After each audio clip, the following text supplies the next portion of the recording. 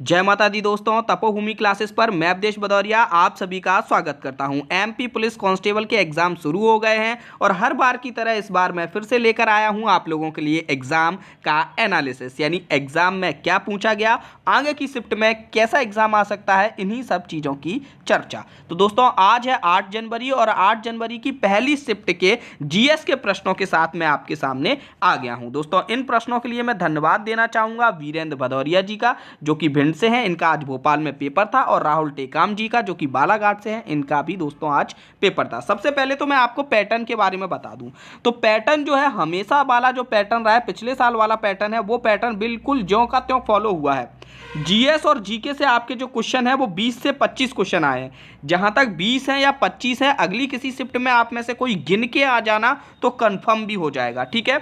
और मैथ के जो प्रश्न है वो 35 से 40 आए हैं। साइंस के 15 प्रश्न फिक्स आए हैं, क्योंकि साइंस के प्रश्न गिन के आए गए हैं आपके द्वारा, और रीजनिंग के प्रश्न 25 आए हैं। तो ये तो दोस्तों आपका पैटर्न था। अब मैथ और रीजनिंग के सवाल आप लोग मुझे भेज रहे हैं, काफ़ी लोग मुझे भेज रहे हैं, तो वो उनका वीडियो मैं आपको बाद में दूंगा, लेकिन इस समय मैं आपको जीएस और जीके के 15 प्रश्न बताने जा रहा हूं। वैसे दोस्तों अगर आप एग्जाम एनालिसिस देख रहे होंगे तो देख रहे होंगे कि क्वेश्चन तो 20 ही आए हैं, 25 ही आए हैं, लेकिन बच्चों ने बता दिए 60 से 70। आप किसी भी चैनल का एग्जाम एनालिसिस देख लेना, जीएस के 60-70 प्रश्न वहाँ पर घूम रहे हैं।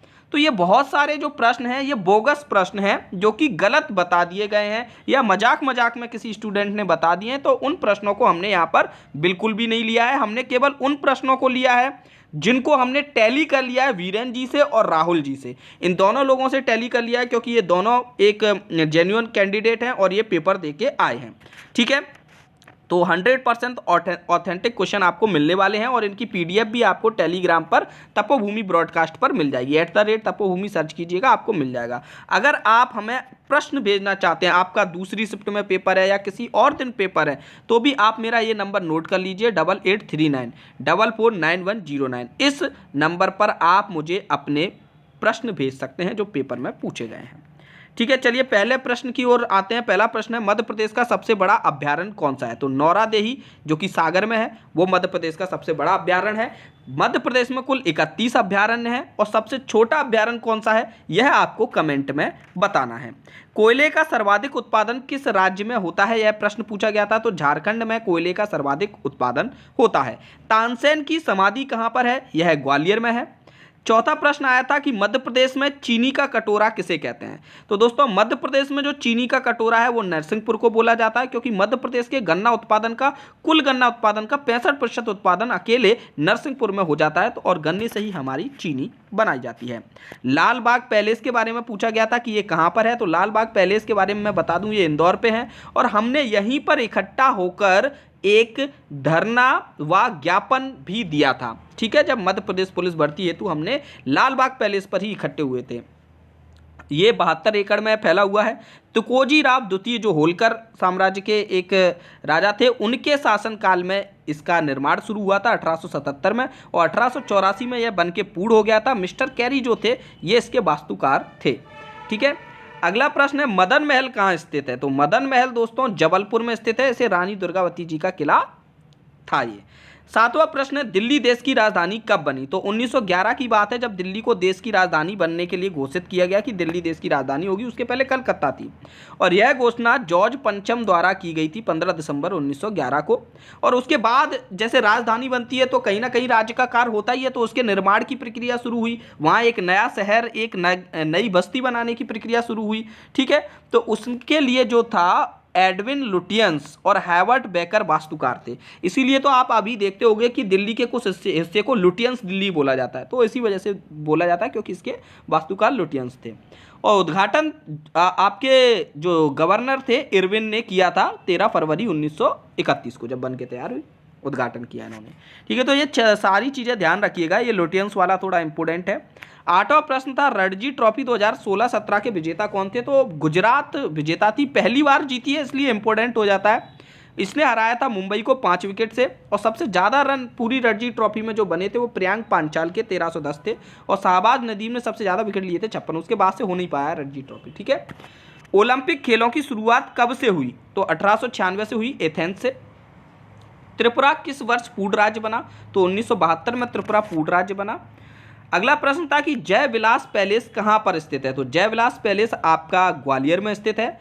हाफ गर्लफ्रेंड के किताब के लेखक कौन है? तो इसके लेखक चेतन भगत हैं। कुछ लोगों ने, कुछ बच्चों ने मैंने देखा है कुछ यूट्यूब चैनल पे, तो बता रहे हैं कि माई एक्सपेरिमेंट विथ ट्रुथ, यानी कि सत्य के साथ मेरे प्रयोग, ये किसने लिखी? तो ये महात्मा गांधी जी ने लिखी है।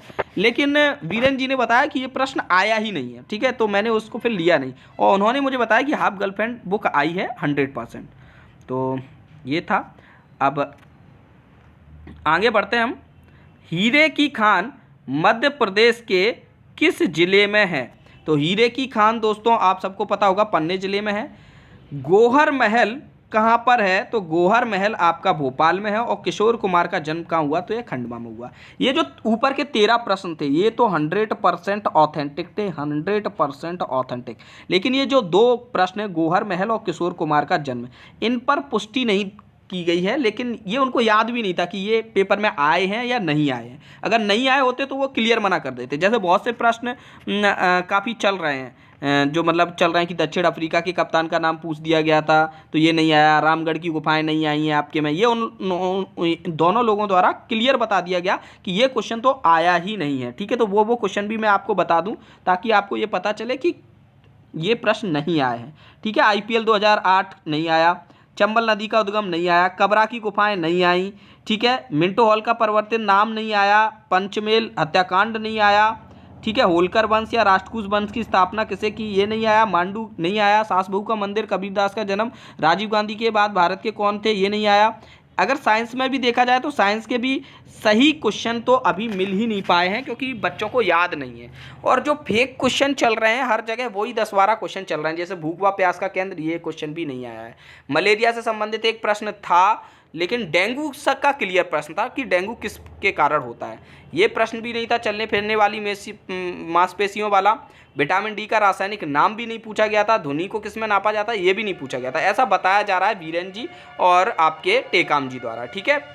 तो ये जो प्रश्न थे ये प्रश्न भी उनके द्वारा तो नहीं बताया जा रहा, हो सकता है उनको याद ना हो, ठीक है। दादा साहब फाल्के पुरस्कार भी नहीं पूछा गया था, ठीक है। और उमरिया में कुछ राष्ट्रीय बांध या उससे रिलेटेड कुछ था। करंट के 2 प्रश्न बताए जा रहे हैं, करंट के 2 प्रश्न बताए जा रहे हैं, मैं आपको बता दूं। एक तो आया था छिंदवाड़ा के जो कमलनाथ के बेटे नकुलनाथ, उनको लेकर कुछ था कि ये कब विधायक थे या कुछ ऐसा, और एक मोदी जी को लेकर कोई करंट अफेयर का क्वेश्चन था।